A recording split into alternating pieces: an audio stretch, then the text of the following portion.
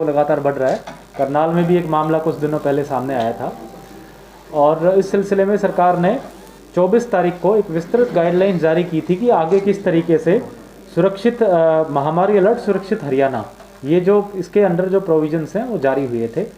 अभी हमने आपकी ब्रीफिंग से जस्ट पहले संबंधित जितने भी अधिकारी थे, जितनी भी एसोसिएशंस हैं, होटल रेस्टोरेंट, उन सबको हमने इन प्रोविजंस के बारे में बताया है और उनकी मीटिंग ली है।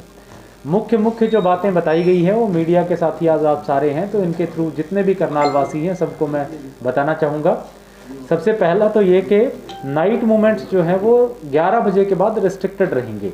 एज ऑफ नाउ जो ऑर्डर्स हैं वो हो सकता है आने वाले आजकल में सरकार ये समय में तब्दीली करके और पहले से ही नाइट कर्फ्यू लगाने पे विचार करे। तो 11 बजे से रिस्ट्रिक्टेड रहने का तात्पर्य ये है कि 11 बजे के बाद कोई भी नॉन इमरजेंसी चीज़ें नहीं होंगी।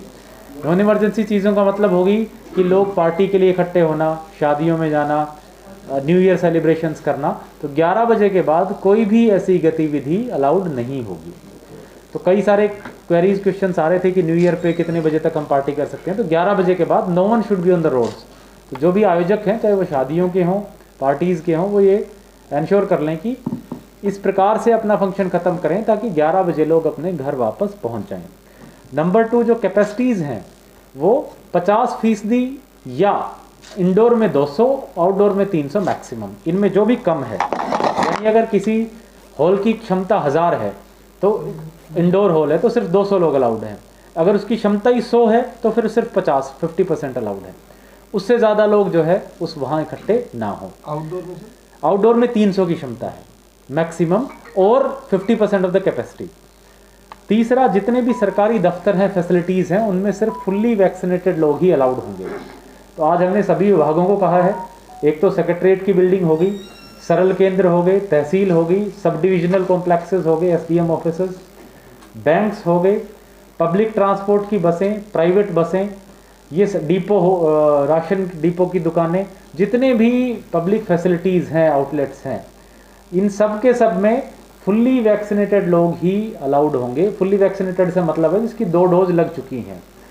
कुछ लोग ऐसे भी होंगे, स्वाभाविक सी बात है, जिनकी एक ही डोज लगी है और दूसरी डोज अभी चूंकि 3 महीने 84 दिन पूरे नहीं हुए तो दूसरी डोज की अभी उसकी शेड्यूलिंग नहीं हुई, तो वो अपना फर्स्ट डोज का सर्टिफिकेट दिखाएंगे तो उनको अलाउ किया जाएगा, ये मान के कि सेकेंड डोज का अभी समय इनका आया नहीं है। तो इसके लिए सेक्रेटरीट के बाहर भी जितनी भी एंट्रीज हैं वहाँ लोग खड़े किए जाएंगे। जितने भी बैंक्स हैं, बसें हैं हमारी, सब में बाहर बैनर लगाया जाएगा कि अगर आप वैक्सीनेटेड नहीं है तो no service without any vaccination, no service with no vaccination. तो कंडक्टर्स को फॉर एग्जांपल बसों में ट्रेनिंग कराई जा रही है कि भाई किस तरीके से वैक्सीनेशन सर्टिफिकेट देखें। बैंक्स के बाहर ये पोस्टर्स लगाए जाएंगे। हमने रेस्टोरेंट्स, होटल्स, ढाबे, इन सबको कहा है कि भाई आप भी अपने अपने प्रमाइसेस के बाहर ये पोस्टर जरूर लगाएं ताकि, और नो, 2 चीज़ें इसमें, नो मास्क नो सर्विस। अगर आप मास्क नहीं लगा के आते तो सर्विस नहीं मिलेगी। नो वैक्सीनेशन नो सर्विस, अगर वैक्सीनेशन आपने नहीं करा रखी तो सुविधा नहीं मिलेगी। इसके अलावा जो इम्पोर्टेंट चीज़ है वो ये है कि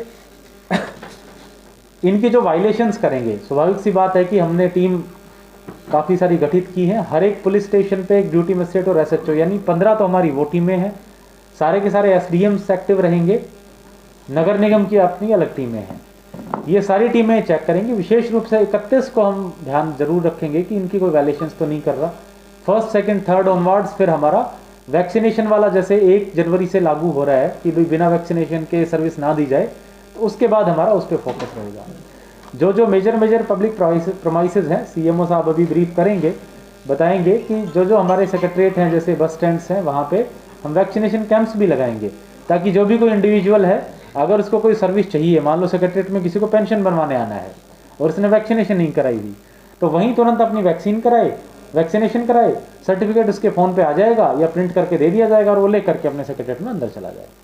तो इसका मतलब ये नहीं है कि भाई हमने किसी को परेशान करना है, किसी को सुविधा नहीं देनी। It is just being made compulsory कि भाई कोरोना की 3rd वेव की आशंका को देखते हुए लोगों को कोई भी सुविधा देने से पहले वैक्सीनेशन की सुविधा दी जा रही है। हमारे ज़िले में जो फर्स्ट डोज है वो 91% लोगों को लग गया है, लेकिन फिर भी 9% लोग बचे हैं, यानी लगभग 1 लाख लोग बचे हैं। इन 1 लाख लोगों को आने वाले कम से कम समय में हमें कवर करना है। और सेकेंड डोज तो और भी पुअर है, सेकेंड डोज लगभग 62% है, तो यानी 38% लोग, यानी लगभग 4 लाख के करीब लोग उसमें भी बचे हुए हैं। तो ये हमारे लिए बड़ा इंपॉर्टेंट है कि हम इन लोगों को फुल्ली वैक्सीनेट करें। इसके अलावा जो एक मसला आता है वो आता है कॉलेजेस का। तो आज हमने सारे स्कूल के डीओ और कॉलेजेस के प्रिंसिपल्स को बुला रखा था।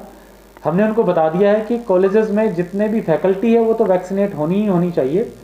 जो बच्चे 18 साल से ऊपर हैं वो ज़रूर तभी उनको कॉलेज में आने दिया जाए जब उन्होंने वैक्सीनेशन करा रखी हो। जहाँ तक 15 से 18 साल की वैक्सीनेशन की बात आती है, वो भी सरकार के द्वारा 3 जनवरी से लागू किया जा रहा है।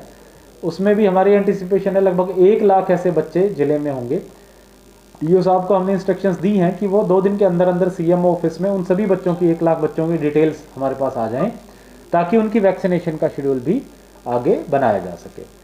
सो वैक्सीनेशन के बारे में और तैयारियों के बारे में मैं इतना ही कहना चाहूँगा, और मीडिया के साथियों से आग्रह करूँगा कि ये जो सूचना है, जानकारी है, इसको ज़्यादा से ज़्यादा लोगों तक पहुँचाएँ। अगर कहीं लार्ज स्केल वायलेशंस आप स्पॉट करते हैं, देखते हैं कि कहीं बहुत बड़ी गैदरिंग है और इस चीज़ की वायलेशन हो रही है, तो वो आप हमारी संज्ञान में ज़रूर डालें।